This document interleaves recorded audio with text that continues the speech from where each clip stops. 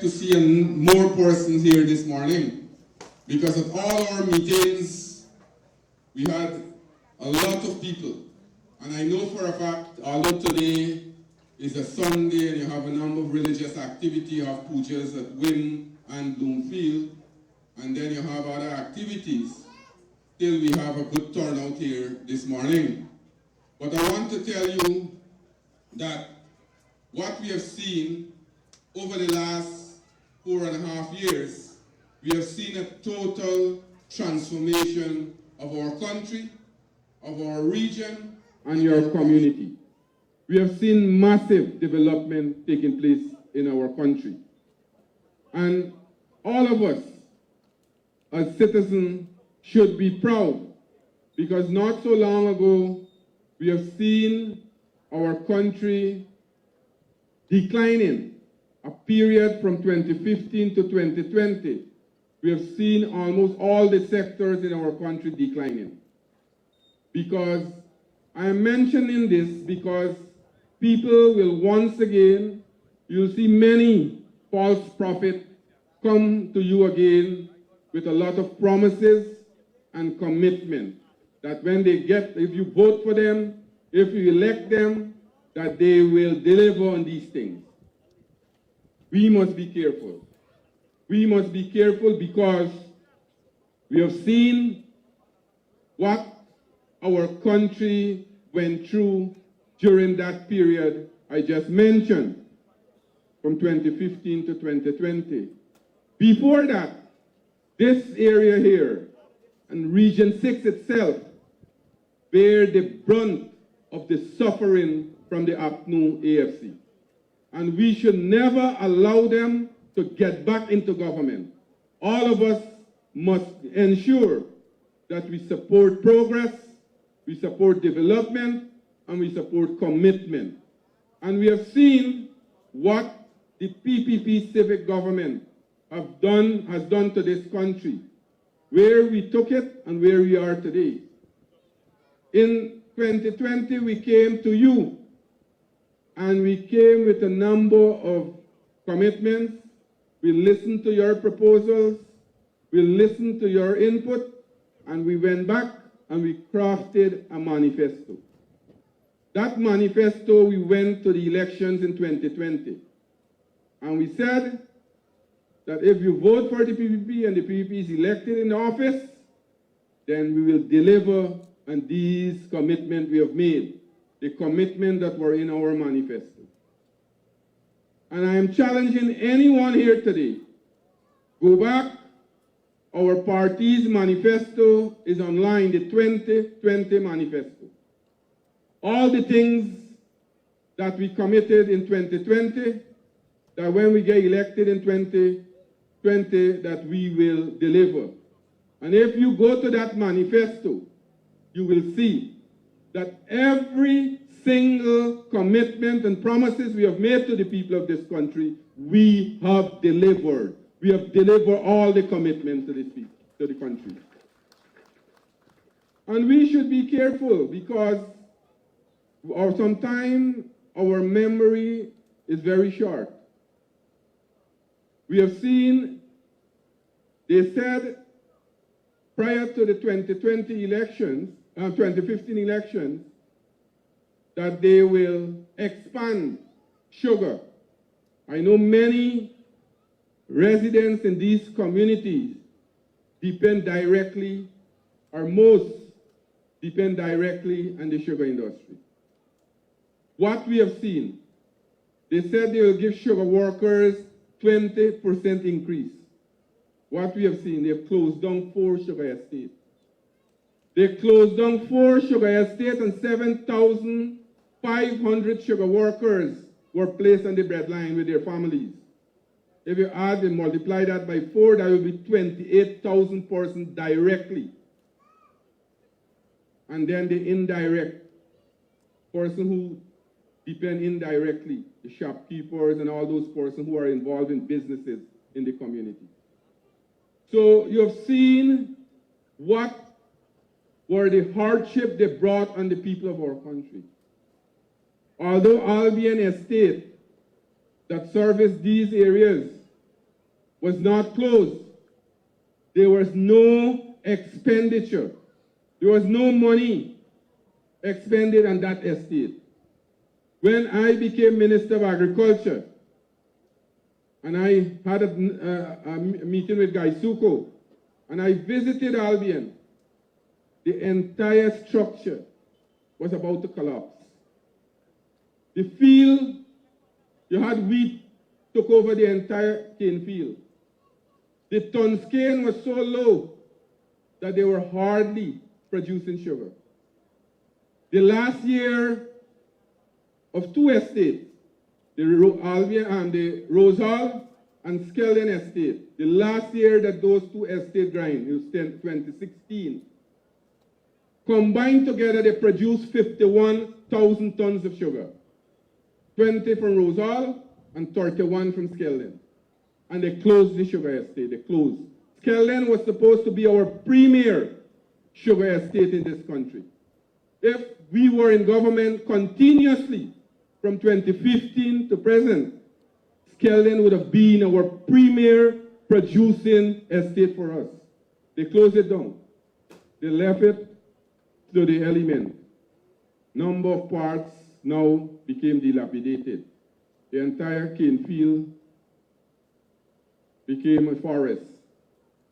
Same thing with Rosal. Imagine a place like Rosal, they closed down the sugar estate. And every single residence in Rosal, Kanji, they were depending on the sugar estate for survival. Imagine what happened. Rosal became a ghost town. And then they are coming again once again. We had the debate in the National Assembly. Minister Ashley could testify to it. When the PNC, the APNU person were debating, they said they will revitalize sugar. Would you believe them? Can never believe them because they closed sugar. They said also that they will expand rice production. They will support the farmers in this country when they went to the election. What they did, when they got into government and the rice farmers called on them, the president, then President Granger, said rice is a private business. It's a business between the farmers and the miller. Government can't intervene. Rice price went as low as $2,100 a bag for paddy in 2019. Unlike what we are doing today.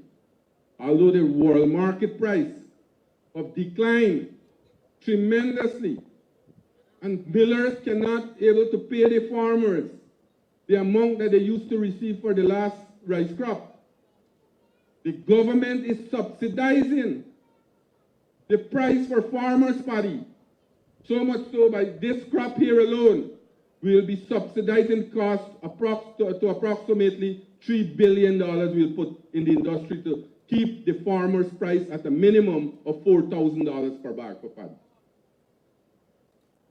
Besides that, a few days ago, the president announced another $2 billion for farmers.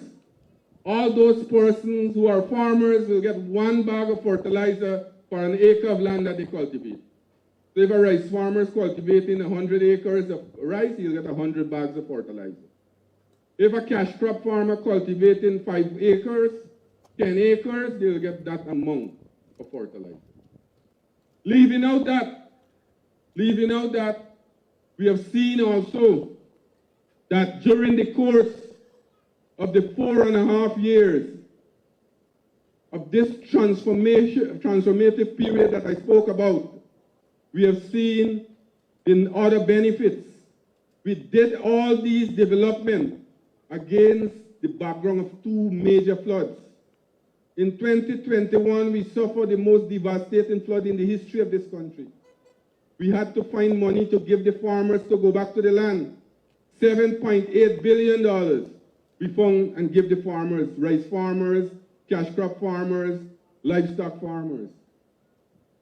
And again, in 2022, we suffered another flood. And then at the end of 2022, for 9 months, we suffered prolonged drought. And although we have been suffering all these, elements of climate change, we still are producing. And Guyana is the #1 country in the Caribbean now in terms of agriculture, in terms of leading agriculture and food security. So comrades, it's good that we refresh our memory. We have a comrade by the name of Comrade Harry Prasad Nakta, the old party comrade, was former minister. And he always said that during this period is like the mango season. You see all kind of birds. All kind of birds just come around this time and make all kind of promises. And they can't sustain the promise that they make. For example, we gave to the people of this country $100,000 cash grant, leaving out all the other grants. You hear they say that when they get into government, they'll give $400,000. You hear they say when they get into government, after AFC, they're going to increase the income tax threshold by $400,000. You all remember when they got into government in 2015, they had a 21-point plan that they will implement in 100 days. Not one was implemented. Not one was implemented. And we can be proud because we have implemented and delivered to the people of this country all our commitment we have made. Less than 5 years, less than a full term, and less than 4 years, because if you take out the 2 years for COVID, it's 2.5 years we have delivered all our manifesto promises to the people of this country. So we must continue to support a party that have your interests at heart. As I said, we are seeing modernization taking place in our country in every single region. But there are massive development taking place in our region, Region 6. Leaving out all the roads network, all the major drainage network that we are doing. The massive project, transformative project like the Hope Lake Canal. We are now spending $6 billion to build 3 high-level canals so that we can drain the water from the backland right onto the Atlantic. And these canals will drain in a 24-hour period. You don't have not 6 hours or 4 hours, depending on the tide. It's like model after the Hope Lake Canal when you go down to Georgetown, that big canals across the road there. We'll have 3 of those in Region 6. We have already built an embankment from number 66 to Kanji to keep away the backland water. With the completion of the Hope Lake Canal, we'll have about approximately 35,000 acres of new land we go open up for farmers. You will have a chance. You will have a chance to apply and get those lands so that you can start agriculture. Agriculture will always remain the mainstay of Guyana's economy. Agriculture is important for us. We are not like them and say that all the money will come from oil and gas. Oil and gas is important for us. We are getting the revenue, but we are modernizing the other sectors. We are modernizing the agriculture sector. We are making the agriculture sector more resilient.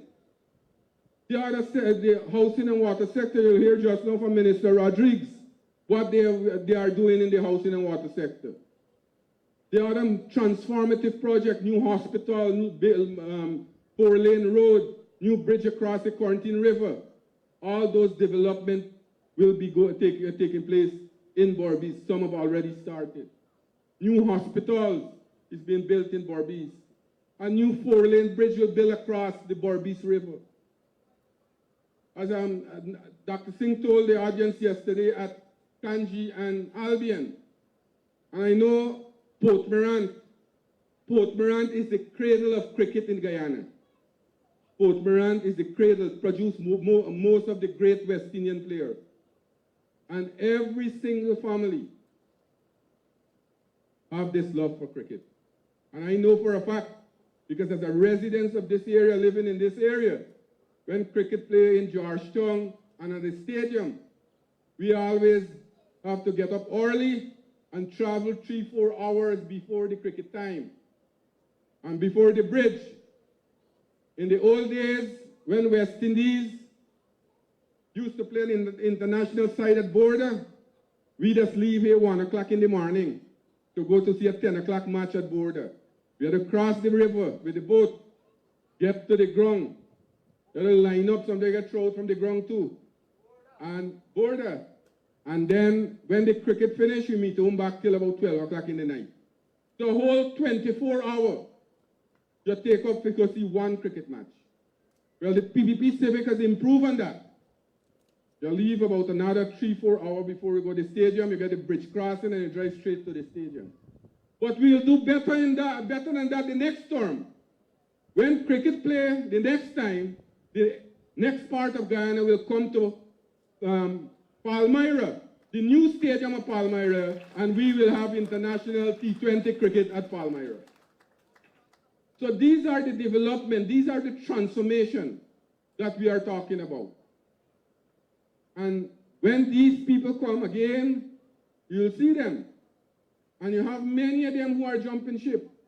Many of them who used to support the party when we got into government in 2020. We're coming back to election time, you see them move across to different other groups, trying to promote other groups. We must reject them. We must reject them. We must continue to support this party, the party of Chedi Jagan, the party that always have your interests at heart, the party that has struggled for independence for this country, the party that has struggled to end dictatorship and brought democracy to this country, and the party that have bring development, brought a lot of changes to your life, and the party that have your interests and your children's interests at heart. Ladies and gentlemen, we have a president, also a young, energetic, and vibrant president, a man who leads from the front. He will be here just now with us. We don't got a cardboard cutout president that just put at a place and you got to take a good picture. We have a president in flesh and blood that's be here present with us. And he will be here just now. You'll have a chance to interact with him directly and you will hear from him yourself. But before he comes here this morning, I want to ask you to continue to support progress. Continue to support the PPP, your party. Let us continue the development that we have started. And let us continue to make Dr. Mohammed Irfaan Ali the next president after the election. With this, I will pass the mic to my colleague, Dr. Singh, who will continue the discourse. Dr. Singh. Or Susan, Susan is here now. Just call Susan's name, right? So Susan will talk to Susan. The real action party. I ain't sit down yet. Morning, everybody. How are you all doing this morning? Huh? Are you all right? Are you all right? I went to church. Let me acknowledge my colleagues at the head table. And of course, the heads of agencies, staff from the various ministries who are joining us and supporting us over these last 2 days on our outreaches. Let me also take this opportunity to wish all of our Christian brothers and sisters a happy Palm Sunday and a blessed Holy Week ahead. I'm sure you would have heard a lot already from my colleague. I'm joined by two colleagues who are indigenous to this region, region number 6. And it's a real joy and a pleasure for me to be joining you this morning, this Sunday morning. His Excellency, I just left him. He'll be here very soon. You know the schedule is very packed, and you have a president who does not spare a single minute. As long as he has a minute of free time, he finds something constructive to do with that time. And so he's very generous with his time and sharing with his brothers and sisters. The transformation, my friends, that has been ongoing in the last 4.5 years is undeniable. Undeniable in every respect. Undeniable in every sector. Because it's visible for all to see. And while we continue to work to change the landscape of our country through our infrastructure program. It doesn't stop there. The transformation that you are witnessing all across the country, the physical transformation, is also backed and supported by initiatives that will ensure that the human transformation takes place as well, and that your individual lives and those of your families will be forever transformed and changed for the better. And one of those ministries that helps us to do that is the Ministry of Housing and Water, for which I share responsibility. And the progress that we have seen there is measurable, and we see the transformation every day in the lives of ordinary Guyanese who become homeowners or landowners. We promised in our manifesto to deliver 50,000 house lots. As I speak to you today, we have already delivered 43,000 house lots to Guyanese families. Over 18,000 of those house lots went to women only. Over 50% went to young people between the ages of 21 and 35, giving young Guyanese the opportunity to own property earlier in their lives, giving them an opportunity, a longer time for them to grow their wealth. We believe wholeheartedly in the People's Progressive Party Civic that the housing program is the great equalizer, that the housing program helps to build generational wealth for families. And those of you who own your own property know what I'm talking about, know about the pride of home ownership, know about the security that you feel when you own the roof under which you live. You know that every year property prices appreciate, and more so with the massive infrastructure program that the government has ongoing. Every time we upgrade the roads, every time we build new highways, every time we build new bridges, it increases the value of your property. And that is the beauty of the housing program, especially because it is heavily subsidized. And from the moment an ordinary person, anybody, pays for a house lot, it is already worth more than you paid for it because it's subsidized by the government. And by the time you have access to that lot and the infrastructure is in place and the utilities are available and the highways are built and all of the access roads to take you to that new housing development, it is worth millions of dollars, the value of it. And you can realize that when you go to any banking institution and you can unlock the financing that that property will give you access to. That's how we believe that we can help people to build their wealth and to improve and increase their net worth. And that is the fundamental philosophy of the PPP, ensuring that we empower people, ensuring that we give them the financial freedom that all of us so eagerly deserve. And similarly in water, we are working assiduously to ensure that we improve the delivery of clean, treated water. We have expanded the water treatment plant here at Port Mourant. We've rehabilitated it and expanded it to deliver safe, clean water to all of the residents here in Port Mourant. Similarly, we have rehabilitated and expanded the water treatment plant at New Amsterdam, and we're building a new water treatment plant at Adventure. That's a new large water treatment plant that has commenced construction. And once those are completed and the 6 smaller treatment plants are built, we will be able to achieve almost 90% access to treated water in this region, in Region 6. Allow me to pause, please, to welcome His Excellency, our President, your President, Dr. Mohammed Irfaan Ali. Put your hands together for the President.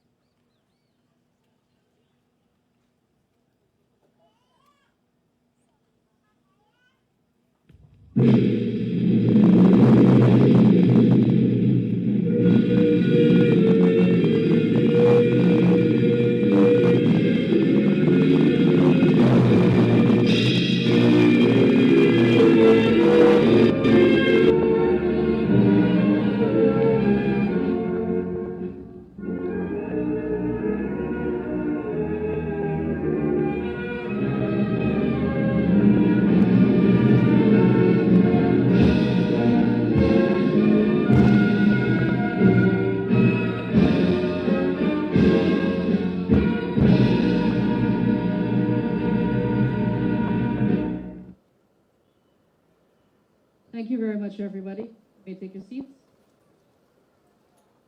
Mr. President, I was just talking a little bit about the achievements in the housing and water sectors, and about how all of these initiatives are more than they appear to be.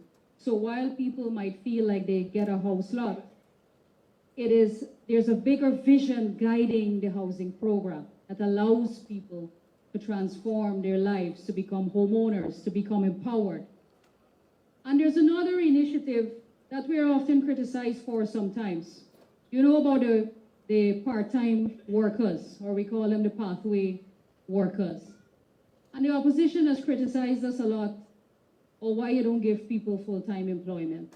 But these are people who in some cases, or in many cases, are women, and in some cases are people who have never had a full-time job. And so when you work full-time, you have to adopt a certain discipline. It's a culture of work, getting up in the morning, going to work, and spending all of full-time there, and managing your home schedule and your work schedule. So it's called a pathway program to give you a pathway to full employment. And I just want to give one example about the vision behind this, and my personal example. We took on 26 part-time or pathway workers at our GWI office in Region 5. 26 a few years ago when the program was first started.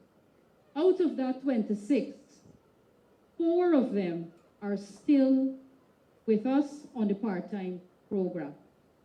22 of them have gone on to get full employment. 12 at other locations, and 10 are with us at GWI on full employment, permanent employment. And that's the transformation that I'm referring to, that all of these initiatives and programs and these policies that you see us talking about, it's never just at face value. It's always so much deeper. It's always a greater vision that is behind. It's always a greater objective that we are trying to achieve.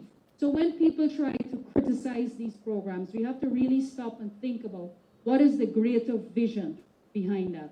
And that is why we are so fortunate here in Guyana to have a leader who is experienced, who is visionary, who is committed, who is honorable, who is hardworking, who you can put your trust in, who you can put your confidence in, because you know when he says something, it is his bond and it will get done. And the only leader that you have like that is the People's Progressive Party Civic under the leadership of President Irfaan Ali.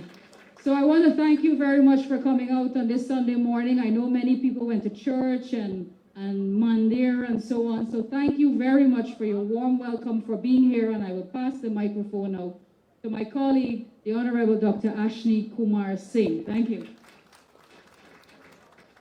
Thank you very much, Minister Rodriguez, Your Excellency, President Irfaan Ali, my cabinet colleague, Minister Zulfikar Mustafa, who is also, of course, Executive Secretary of the People's Progressive Party, Regional Chairman, Professor Sankat, representatives of various government agencies, and most of all, of course, my dear brothers and sisters, comrades and friends. It is, of course, a great pleasure and privilege for me to be able to join you this Sunday morning, and in particular on this occasion, in the distinguished presence of our President.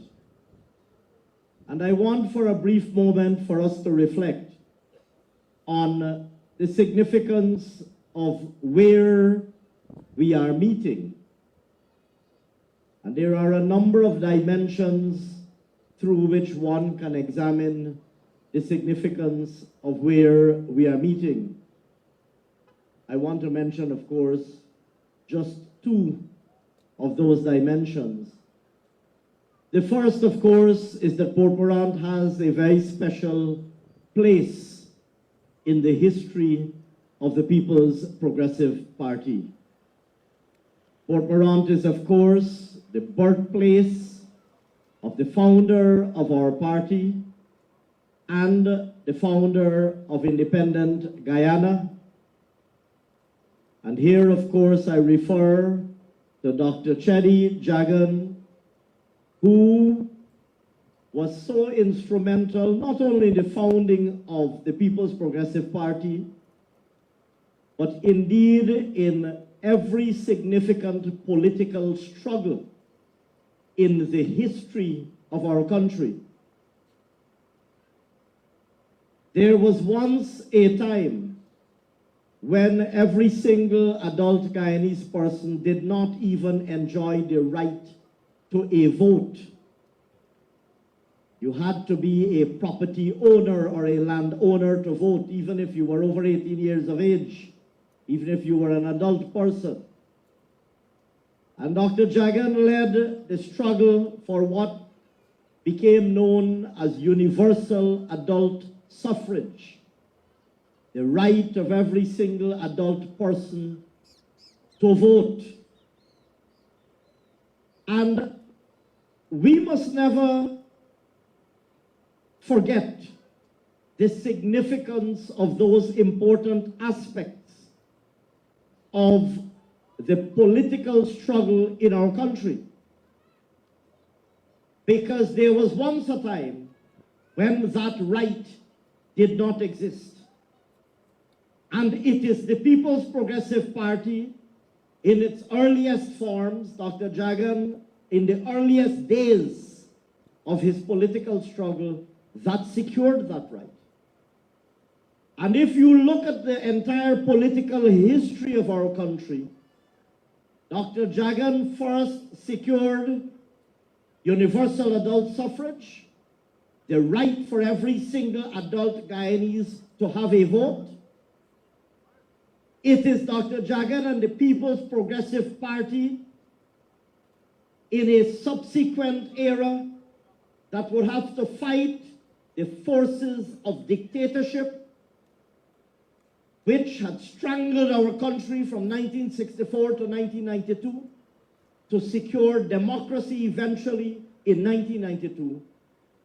And it was a subsequent generation of the People's Progressive Party led by our then opposition leader, now Vice President and General Secretary of our party, Dr. Bharat Jagdeo, and our then presidential candidate, now President Dr. Irfaan Ali.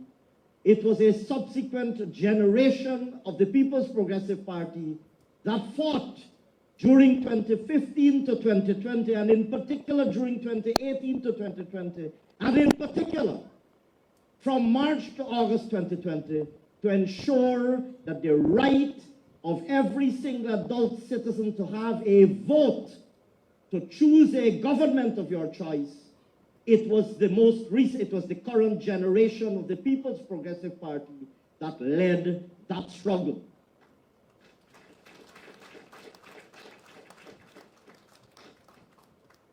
And And we must never fail to repeat that history. Because if you lose the right to vote and to choose a government of your own choice, you lose every single right imaginable. Because if a government does not respect democracy, the fact that they answer to people, and that every 5 years people will have the right to choose a government, any political entity that does not respect the power of the vote and does not subscribe to democratic norms will not appreciate the importance of serving people. Because if you don't appreciate the fact that every 5 years the people will be exercising their franchise or their vote, then you don't appreciate the importance of serving them. And that is what distinguishes the People's Progressive Party from every other political entity throughout the history of our country up to today.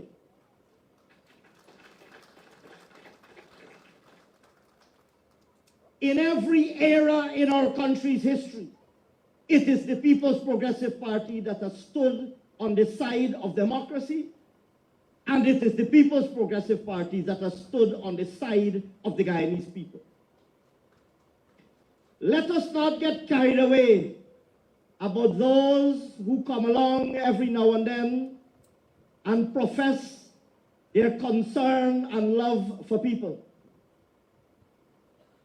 Some you will see surfacing now for the first time. You've never seen them before. Suddenly you are seeing them in communities and social media pretending to be concerned. You've never seen them before. But they're suddenly presenting themselves as the champion of the people. Others will come now suddenly making all sorts of promises.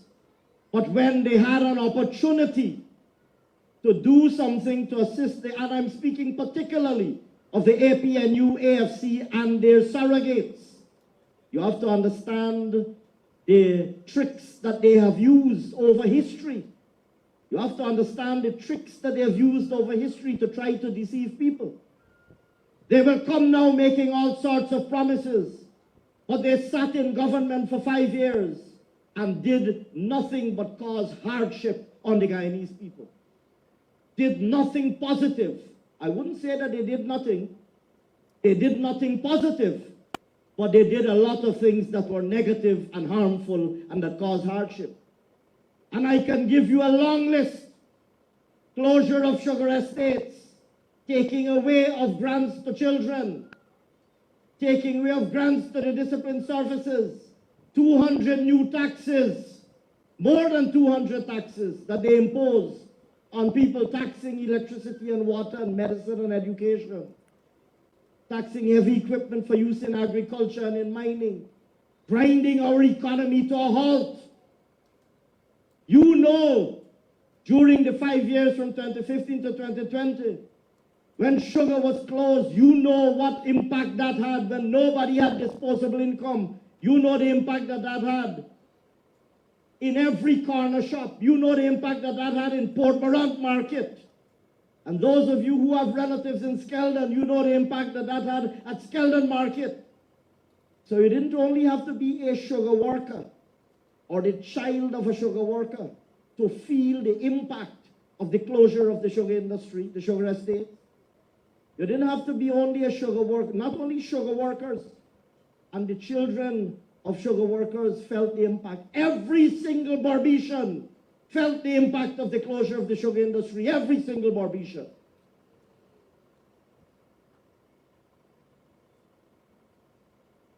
So let me be very clear that if you examine any period in our country's political history, it is the People's Progressive Party that has stood on the side of the Guyanese people.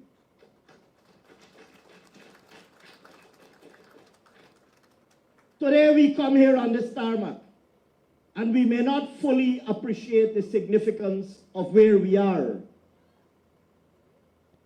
We are on a tarmac in the compound of the University of Guyana Tain campus. And we take it for granted that Tain campus is here, we come to UG.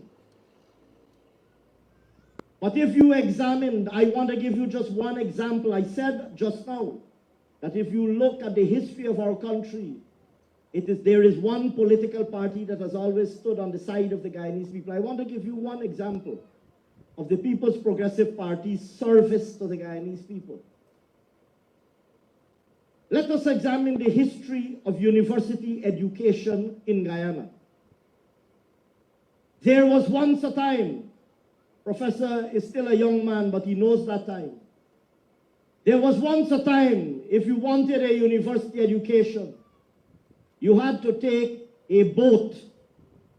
In the early days, a boat, later on plane, to go to England or America. Dr. Jagan went to the United States of America because university education was not available in Guyana. And when he came back and he started the political struggle in Guyana to improve the circumstances of the Guyanese people, he recognized that gaping gap in services available to bright young Guyanese, that you had to come from a wealthy family who can afford to send you to America or England or Ireland or Jamaica. In the case of many, and Professor knows this well, you had to come from a wealthy family to be able to afford a university education. And Dr. Jagan recognized that many bright young Guyanese people were being denied the ability, the opportunity for a university education. And Dr. Jagan launched in 1962 an initiative that would lead to the opening of the University of Guyana for the very first time in 1963. In those days, some people called it Jagan Night School. And he said he's not going to wait for a big fancy campus to be built. He's going to open a university using the Queen's College building in Georgetown while the Turkine campus would be built. So Dr. Jagan brought university education to Guyana. A next generation of PPP leader recognized that UG, founded by Dr. Jagan, had one campus, but that there was a large population of talented young Guyanese people in Berbice, a sufficiently large pool of talented young Guyanese people in Berbice, who perhaps their families could not afford to send them to Turkine because you had to pay boarding and lodging or rental of accommodation, etc. And recognizing how large the population was in Berbice and how many people, because of their financial circumstances, were not able to send their children to Turkine campus. The next generation of People's Progressive Party leadership made a decision that a campus shall be opened in Tain. And in 2000, then President Bharat Jagdeo opened Tain campus, bringing university education to Berbice. But our party's work in terms of delivering university education did not end there.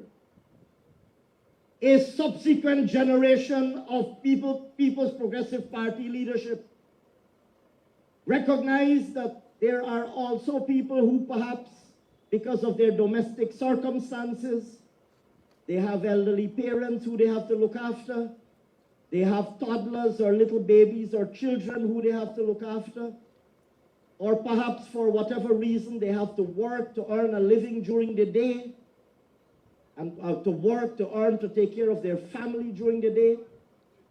And because of that, they may have ruled themselves out of the opportunity to pursue higher education.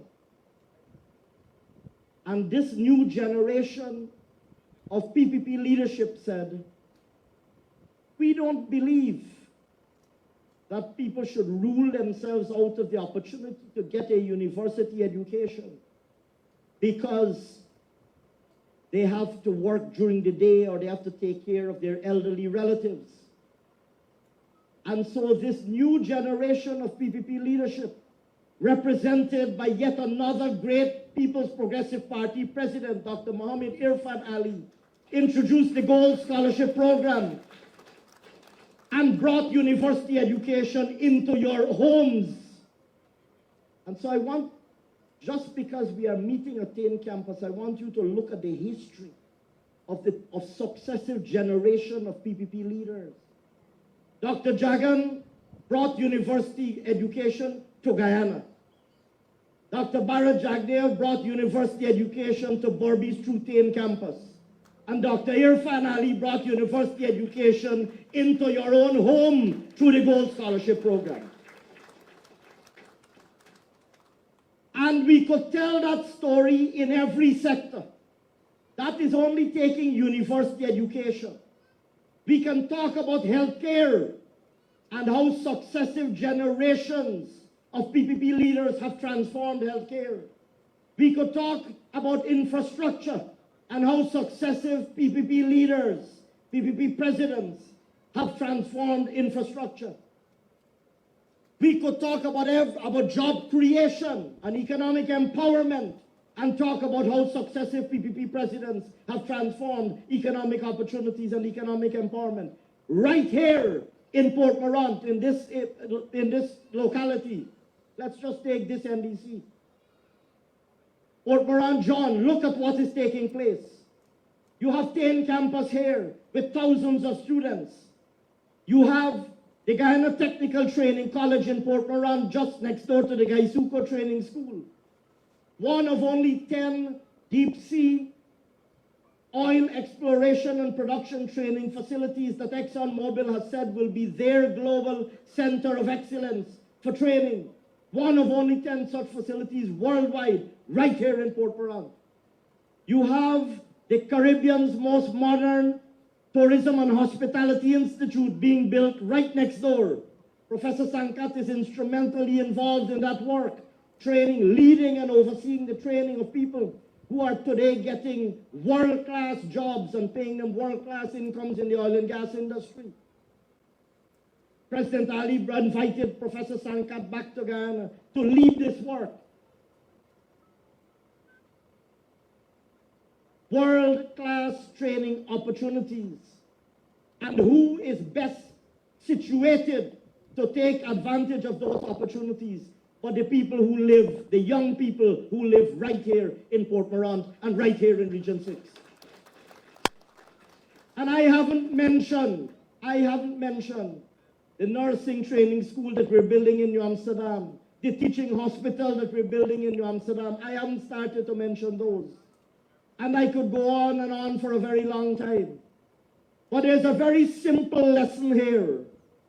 There's a very simple lesson here. I don't want you to look, if you look at the last 5 years alone, 4 years and a bit, if you look at the remarkable transformation that is taking back in our country, I know that you will agree with me that President Ali deserves a massive majority later in 2025. But I don't want you to look only at the last 4 years. I want you to look throughout history. Because if you look throughout history, on every occasion that the PNC has been in government, that period has been a period of destruction and devastation. In 1964, when by political machination the PNC seized the reins of government, Guyana was one of the wealthiest countries in the Caribbean. Guyana was what you call an MDC, a more developed country. In many respects, Guyana was almost as wealthy as Singapore in 1964. Even up to 1966 when we got independence. By 1992, when the PNC dictatorship was finally removed from their stranglehold over Guyana and the Guyanese people, Guyana was one of the poorest countries in the world. and was the second poorest country in the whole Western Hemisphere. Guyana was behind all of the rest of the Caribbean because of PNC dictatorship and mismanagement. And we had to spend from 1992 to 2015 rebuilding Guyana and restoring our solvency as a country, saving the country from bankruptcy, and rebuilding Guyana's solvency as a country. Fast forward now, when they got an opportunity to return to government in 2015, you would think maybe that they would have learned from the past. Instead, as soon as they came into government, what did they do but wreak havoc in the country? Break every false promise that they had made, destroy every industry, take away every benefit, and impose hardship on the Guyanese people. You know it. You don't need me to tell you that, because you lived it. You lived it. And then the Guyanese people said, we have had enough of this, never again, and voted them out of government in 2020. And you have seen with the return of a PPP government, and you have seen with President Ali's visionary leadership, you have seen the transformation that is taking place. It's a big transformation. You go to Palmyra, you look at the big infrastructure that we're building, the big hospitals, training schools that I mentioned, etc. But it's a very local transformation too. The narrowest community street where people used to live, what used to be a mud dam, today is a concrete road.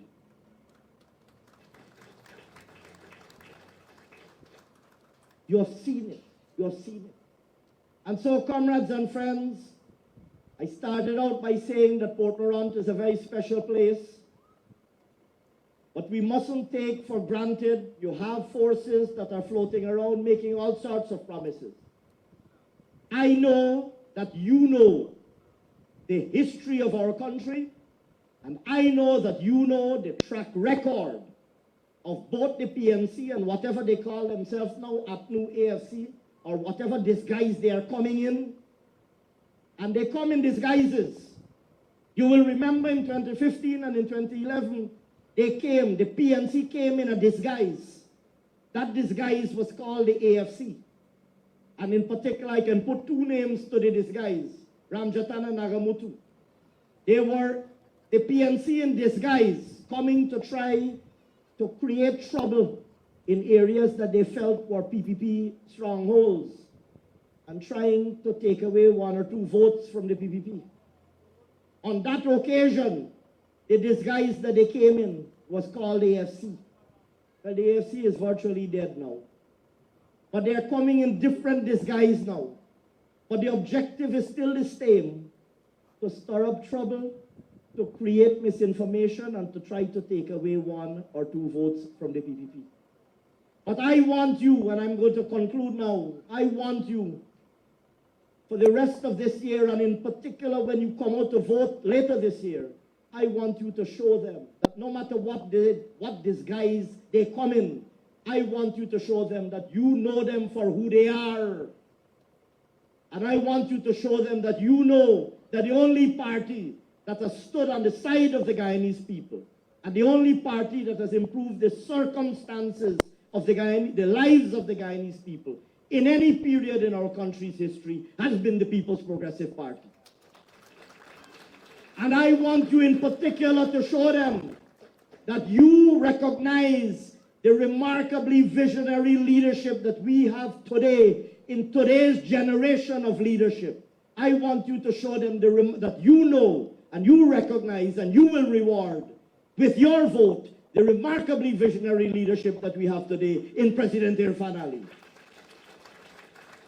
And so, comrades, I will stop there and simply hand the microphone over to the president that I have the honor to serve, my president, our president, but far more importantly, your president, Dr. Mohammed Irfaan Ali.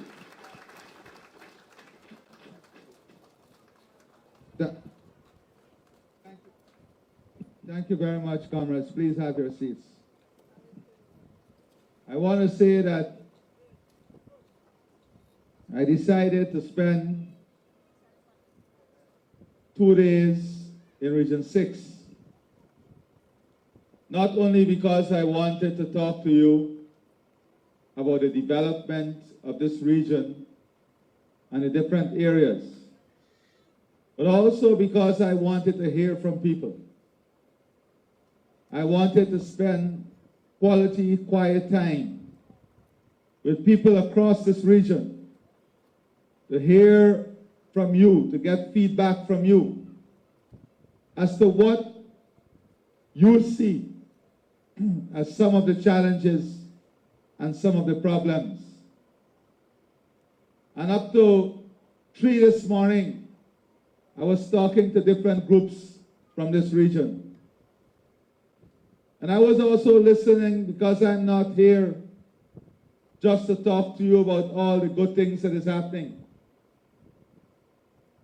We also have to ensure that there is responsible leadership at every level of government. That the leaders we entrust with responsibility in the villages and the NDC are doing what they are supposed to do also.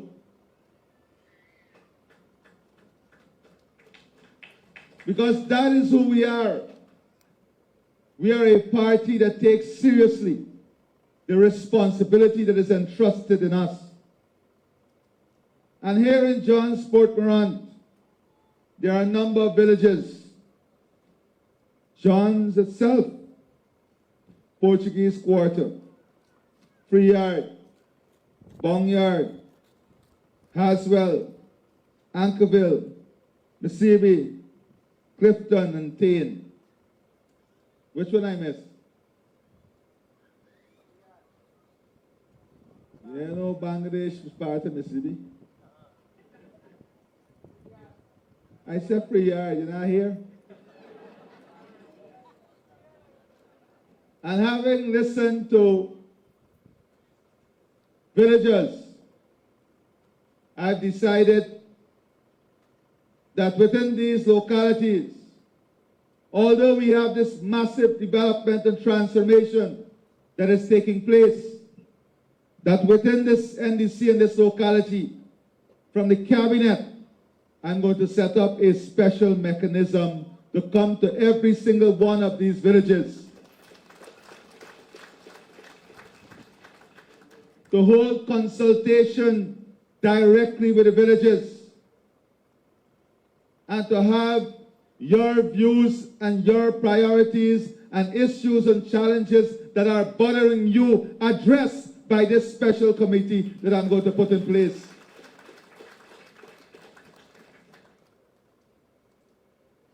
And I have some names from the core group that will come here, that will commence work no later than Tuesday of this week, holding meetings in each one of these villages and bringing to me before the end of Friday a report that we are going to action in this NDC. And I'm going to, from my office, have Nalini and Dr. Waldron, Jagdarine, and Professor Sankat be part of this group that I'm going to put together to work with members of the NDC, the region, but this group is going to work directly with me to go into every single one of these communities and to break down the power struggle.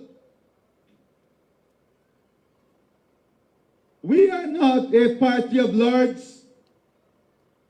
This is not a party that will ever support any individual or group playing lords upon other people. We are a party of service. We are a party of servants for the people. From the highest level to the lowest level, that is what makes us different. When I'm impatient, I'm not impatient with the people on the ground. I'm impatient with my engineers, my technicians, the contractors, my cabinet. And these are the people I'm impatient with because we want to get it done. We want to move things forward. We want to do better for you every day. And we cannot tolerate and condone anything that is different from this. We must not. We have a responsibility for the people of our communities, for the people of this country. And part of that responsibility is not to fight for leadership, it's to deliver leadership. It's not to fight for power, it is to empower people.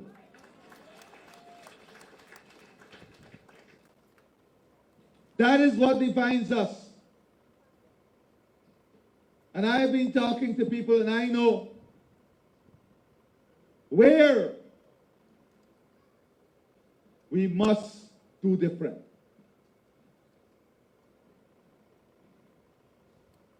So today, the ministers have outlined very clearly every single weekend, almost, Dr. Ashley Singh leaves his family and come to this region because we have assigned him to this region.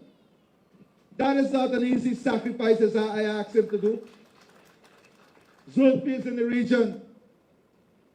When I asked him on Diwali, on the holidays, to come to the region and spend those days with the people in the region, it's not an easy request. And if we can do it at a national level, there is nothing stopping the local leaders from also doing it.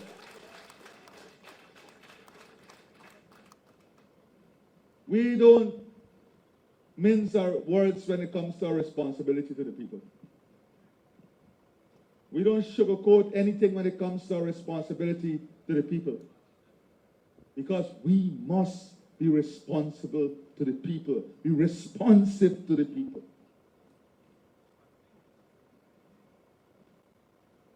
And there is a particular reason that I want this group established. Because whilst we are having massive transformation within these communities, I've heard also many of the single mothers, especially, who want to get involved in agri-tech businesses, who want to get involved in producing things in their yard so they can add to their disposable income,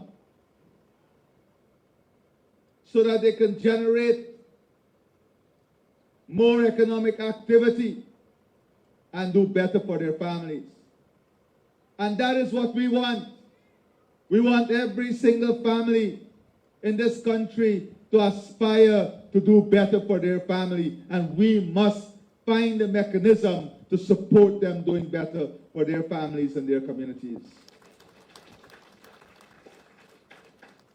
Therefore, one of the things that we want to do within this NDC is to have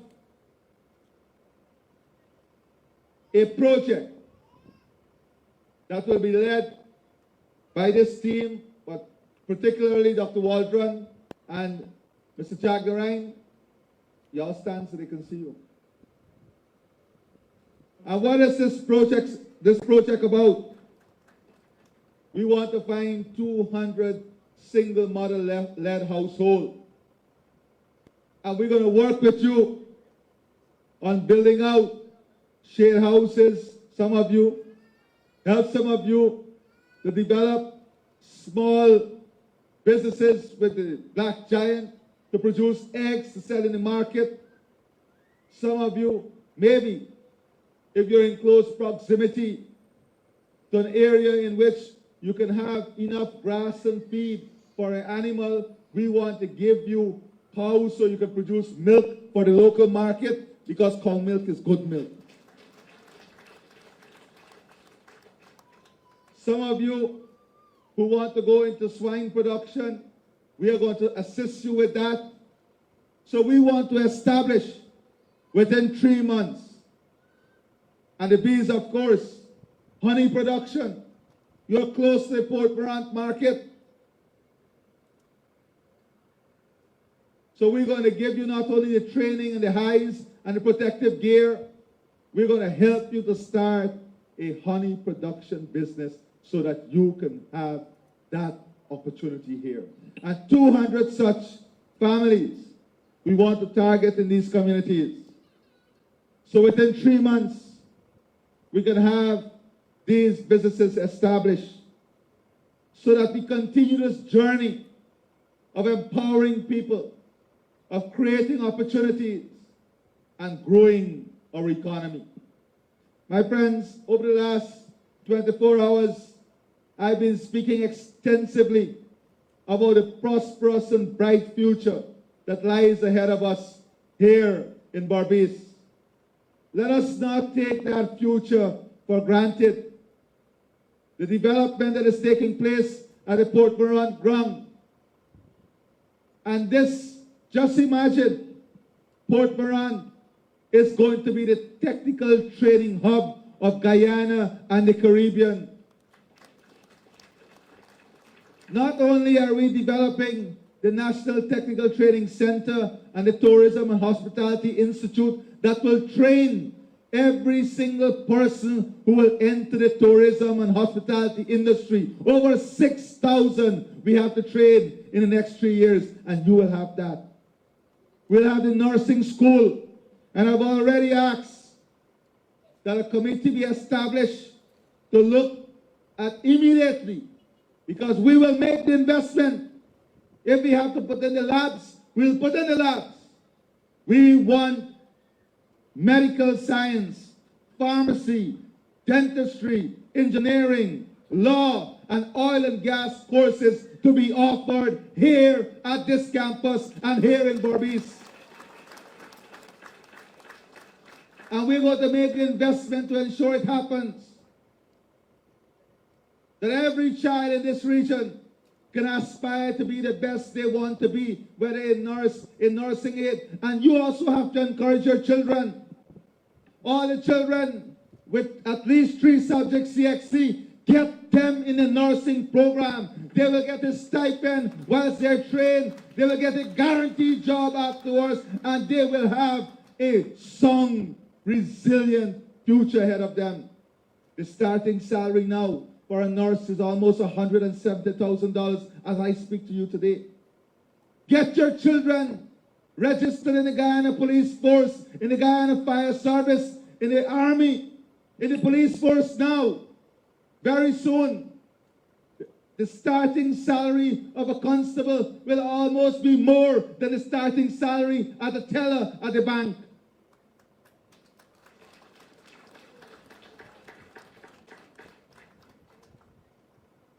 Until you get old, you're more strong.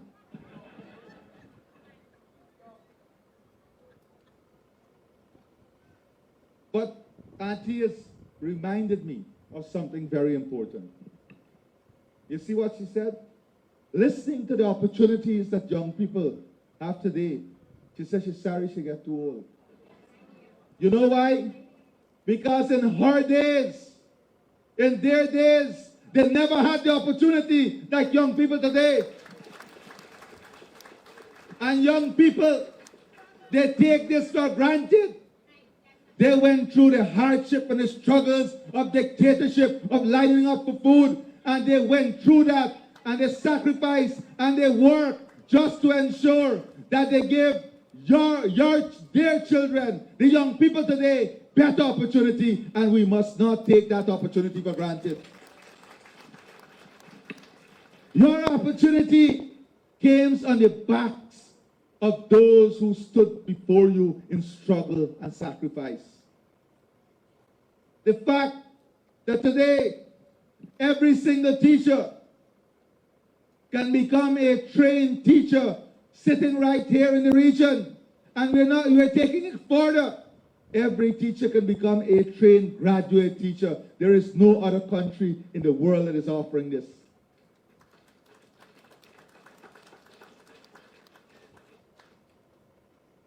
This very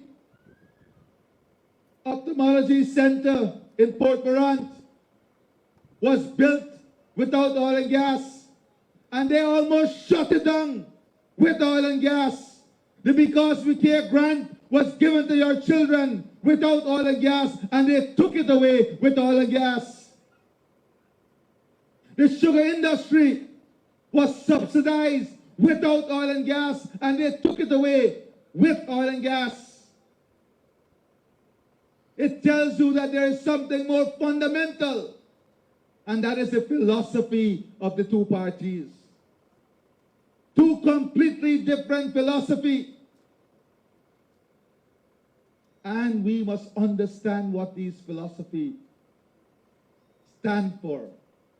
We must understand the nature of the philosophy. We must understand how important that philosophy is when we are determining policies and programs for your children, for you. And let me say this, the Minister of Housing is here. They're issuing a letter now that every single person in this region that would have applied for house lot up to December 2024, that before the end of this year, you will have your allocation. The infrastructure is going in now, so that will not be a worry. And how many young professional houses we are building now in Palmyra? We are building the first 100 young professional homes in Palmyra. They better make it 400. They got to start another 300 there for me. I'm shocked that it's only 100 we have started so far. And how much is the 3-bedroom? Oh, you're getting it right now. And another 100, which is a 3-bedroom flat. And let the nurse come next to me. Because this is what the PPP Civic would have done. Bring your poster too.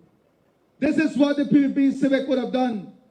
And I'm not afraid to show you, because this is what we want our nurses, our doctors, and our young people to do, to aspire to own their own home, to dream about their own home. So my dear friend here, not only were we able to increase our salary, give her better working condition, and enhance her livelihood, but we have allowed her now to dream of owning her own young professional home, wanting to own her own home for her family. The older folks in this crowd will tell you that they retired 60 years in the past and they're still living 5 families in a house. Today, the average age of home ownership has gone down from above 50 years to less than 30 years. That is a legacy of the People's Progressive Party. When a 30-year-old and a 25-year-old and a 22-year-old can now not only dream, but know that with this government, they will own their own home. They will own their own land. So these are the signs that energize me. Oh, God. Read it, Fisherman. Take a read the signs yourself. President Irfaan Ali, please grant me a turnkey house at Palmyra. Thank you. And she not only want a turnkey house, she wanted at Palmyra. All right, great. But this is the difference. 5 years ago, I want you to remember the sign and remember the face, because that face represents tens of thousands of other faces across this country. Because 5 years ago, that was not the sign. 5 years ago was what will we do? 5 years ago when we came here, it was about, can you help us to get hampers for the people? Can you help us to get dal? Can you help us to get medication? Because only 30% of the medical supplies was available in the healthcare system. 5 years ago, it wasn't about a sign of hope.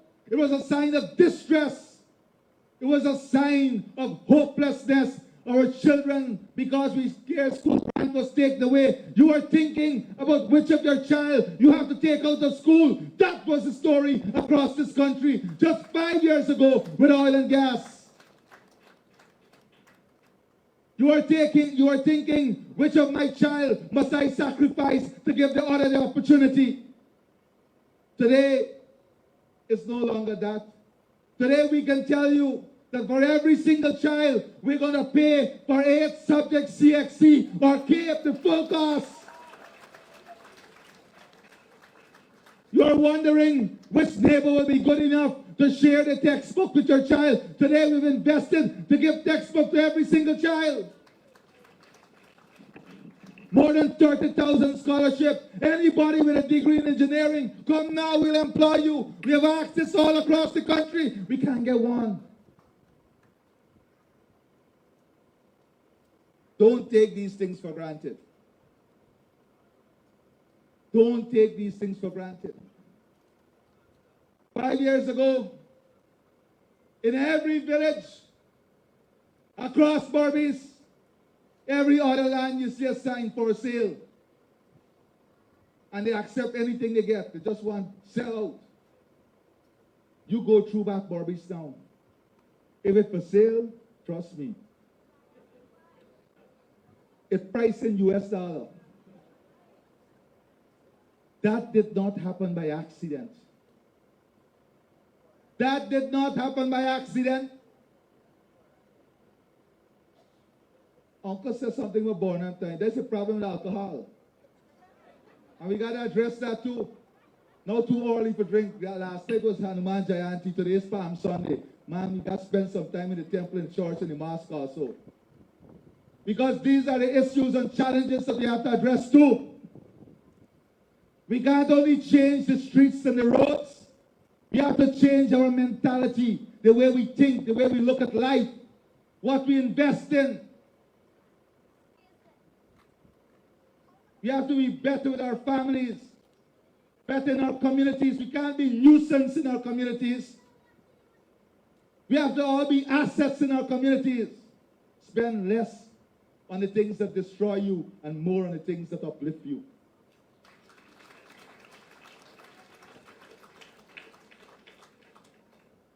That is what is needed. And we are not afraid of these frank discussions.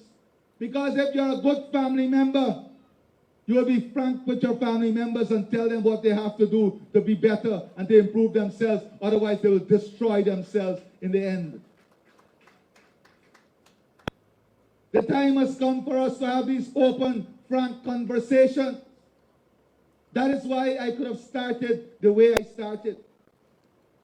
Because that is what we are about. Frankness, openness.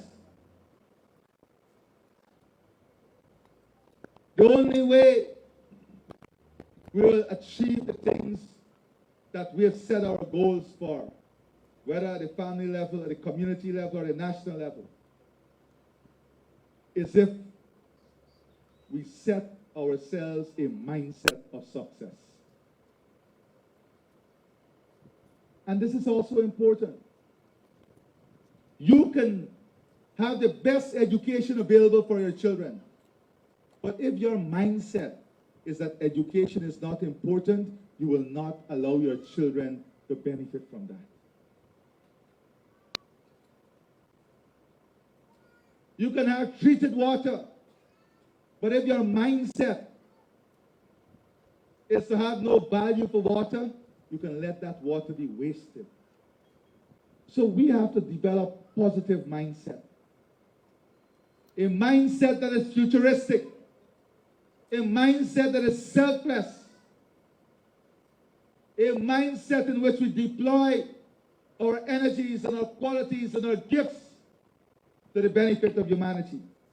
And when you look at that mindset, if you in Port Mourant and this NDC can't be thankful for the tens of millions of US dollars that we're investing, not only the community road, but the transformative projects, the healthcare, in education, more than $528 million. Your old age pension that is double the $55,000 for every child. The VAT and other taxes that we have removed for more than 200 items. The removal of the VAT on electricity and water, and putting back the subsidy for pensioners for electricity and water. Those things you take for granted. Let us not take these things for granted.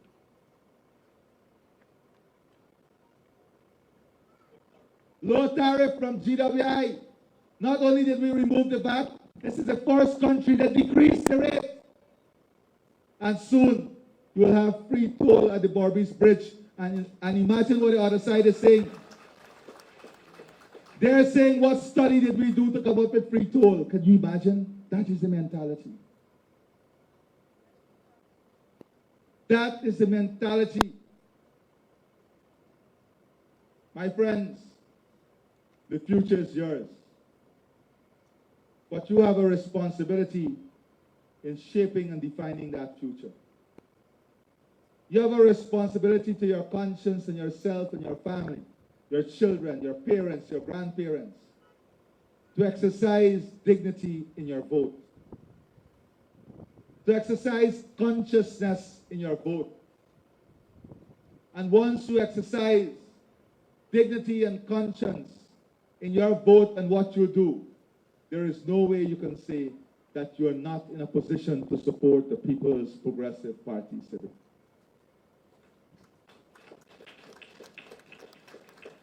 This is not a competition between Port Mourant, Ankerville, Tain, John, and New Amsterdam or Corriverton. There is no competition. We are developing equally to raise everybody with the rising tide. Every single Guyanese must rise together, because when we rise together, we will all be in a better position to support each other. We must not compartmentalize our thinking. We must not compartmentalize the way we look at life. Because every time Region 6 developed, when the mall, the hospitals, the medical school, the stadium, the municipal airport, the 4-lane road to Molson Creek, the Quarantine River Bridge, the hotels, the manufacturing and industrial development, the port facility, the gas processing facility, the new power plant, when all of this is invested in this region, the prospect for every single citizen of this region improves. The prospect of the region improves. Regional wealth is created that always translates into wealth at the household level. So my dear friends, I promise you I will not be long. But I want to stop here and say to you that we are stronger together. We'll move forward together for a better Guyana. I want to say to you, as we work with you, do not allow the local grudges to grudge your thinking or to grind your thinking. Do not allow the local petty differences that exist to affect your thinking and your love for your party and love for your own dignity in your vote. Understand that you are much bigger than what you represent, and what the People's Progressive Party is much bigger than any one of us. What the People's Progressive Party Civic represent is much larger and much bigger than me as president. If my party tomorrow decides that for some reason someone else should take the leadership, we would always be supporting that, because the party is always bigger than each of us. The philosophy is much larger than each of us. What we represent as a political entity is much larger than each of us. And this party is the party for all of Guyana. We were founded for all of Guyana, and we remain intact for all of Guyana. And the day is fast approaching when all of Guyana will be for all of the PPP, and the PPP will be for all of Guyana.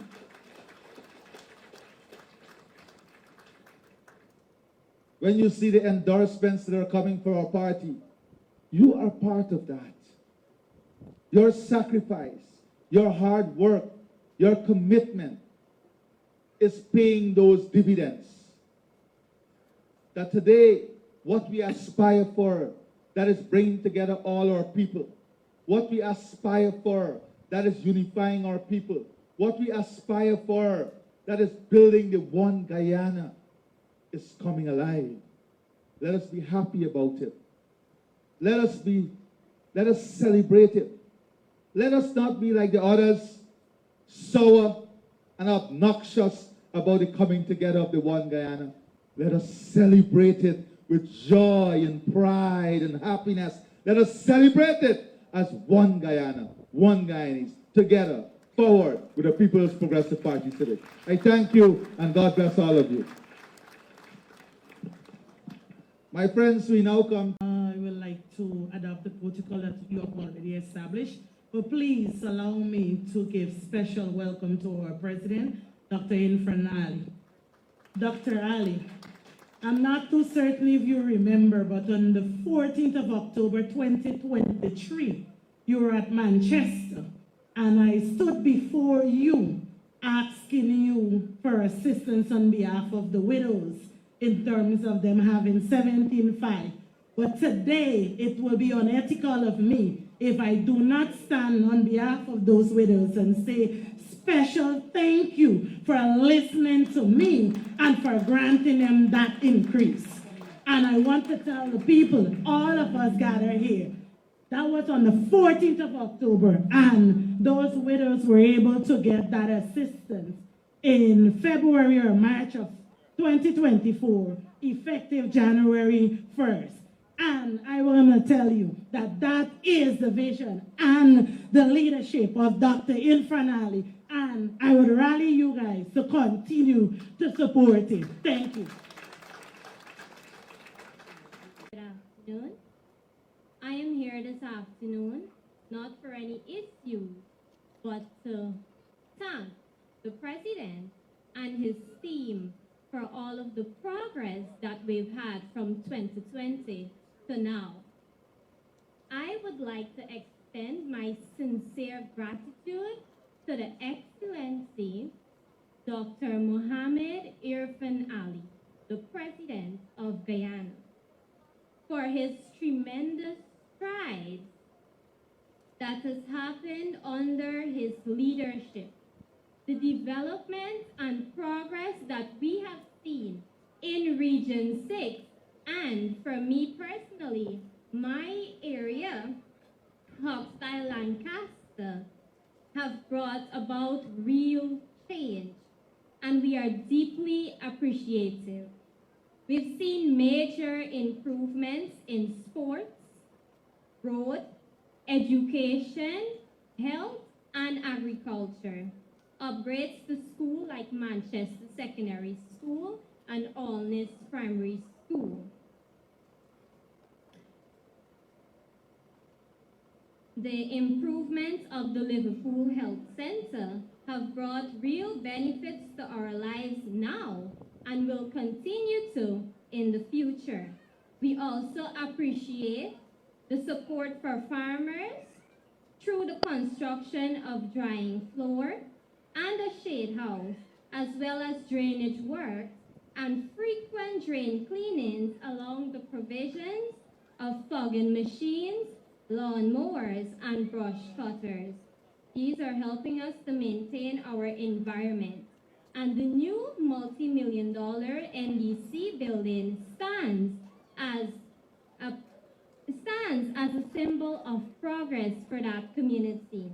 Mr. President, your continued commitment to our development has not gone unnoticed. We are truly grateful and hopeful for our future. Thank you for your vision, dedication, and for your service to the people. Thank you. Honorable President, Dr. Mohammed Irfaan Ali. This afternoon, it's not more of a personal concern, but more so to establish appreciation for the work that you have done within the teaching sector of Guyana. I'm an educator for over 20 years. I am attached to a secondary school as well as the CPC institution, John's campus. Firstly, I want to say that I want to establish my salary. And as we would say in common terms, I'm currently receiving a very fat salary. And I started working in the early 2000s. And, at that time, I could not have said, you know what, I like my salary.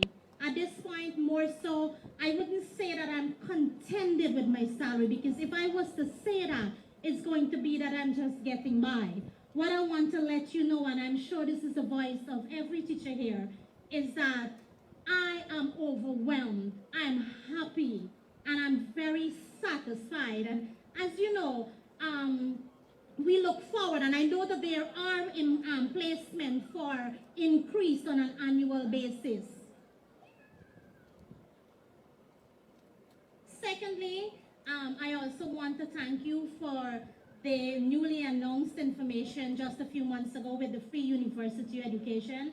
In our time, it was quite challenging. Many of us, we did something within the school system as we would call box hand system, just to get by the semester per semester. Now our children can enjoy free university education. Further, the Stuart Potter College of Education, as a teacher who was trained in the early days, it was quite challenging. I don't know how many of us would have passed that, but it was traveling. Classes would have ended until 8 p.m. in the evening. That is when we would start traveling to get back to our homes. All right? Now I sit and I look at my daughter, who is also a teacher, in her bed, on a laptop, in the most comfortable position, completing their studies. So I want to say kudos, President. This afternoon, I would have also noticed the Chief Education Officer, Mr. Saddam. I would like to acknowledge you. And one of the things that I would like to say about Mr. Saddam, in my experience, I've met him a few times. He is one of the most humble person I have found within the education system. That you have something, you can go to him. He sits and he listens. Not cutting you, but just to say he's from Lenora, the same village like me. All right. Maybe he's something special in that village.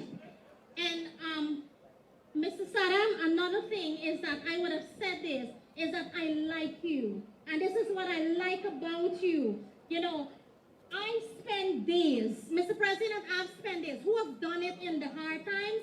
We sit hours, and I mean throughout my holidays, writing schemes of work, notes of lessons. It's hours and days and weeks of work. And the recent circular that the CEO has sent out to the schools, whereby we're allowed to generate AI conversion notes and so on. I want everybody on my behalf to give Mr. Saddam a big round of applause. And not to leave out the Minister of Education, Ms. Priya. I've never met her in person, and I'd love to have an opportunity to do that. However, I know the two of them, they work hand in hand, and so it's a big initiative, it's a big support for us within the system. Finally, I would like to thank the government, everyone who are part of the decision made to give cash grants to all the schools in terms, not to the children, but to the teachers. I've spent quite a few years doing visits across the region in relation to CPC. And Mr. President, I'll encourage you one thing. Take a visit into our classrooms. I was amazed, even though I am in the classroom so often, going to several schools, I am amazed with the improvement that has taken over the past 2 years. And overall, I want to say thank you. We look forward for your overall support in the education system. Good afternoon, all. His Excellency and esteemed members of the head table. I'm not here to speak about the obvious, because you have to be blind not to have taken notice with the rapid developments that have been taking place in Region 6 and throughout the length and breadth of Guyana. What I would like to speak about is something about the health care. You see, 3 years ago, my wife was diagnosed with breast cancer. And at one time, that diagnosis was tantamount to a death warrant. Thanks to your government for the improvements we have seen. Today, my wife is alive. She did not have to go to Canada. She did not have to go to Cuba. She did not have to go to the USA. Today, she is alive. She is in the audience. I would like her to stand. Today, she is alive and cancer-free. And I would like to extend my warmest thank you to the entire government and to you personally, President Ali, because I texted you and you replied and you gave your kind sentiments. I would also like to say a special thank you to Dr. Vishwa Mahadev. Is he here? He was personally involved in our hour of need. He was there side by side with me. He was not too great or anything like that to guide and the other doctors around. And before I close, I would just like to say thank you. My daughter is here also. She is also the owner of one of those turnkey houses. She is just, I think, 24 or 25. I would like her to stand, please. And to push it a little further, my nephew, who always wanted to be a contractor, to start his own contracting business. For years, he was struggling. And under your administration, he is now a certified contractor. Last year, he was given, I think, Dr. Ashney, you are very instrumental, you know what I'm talking about, that he got one of the streets, and he's looking forward in future to continue in that field. So I would like to say thank you, and God bless the PPP. And may you serve a second term. God bless.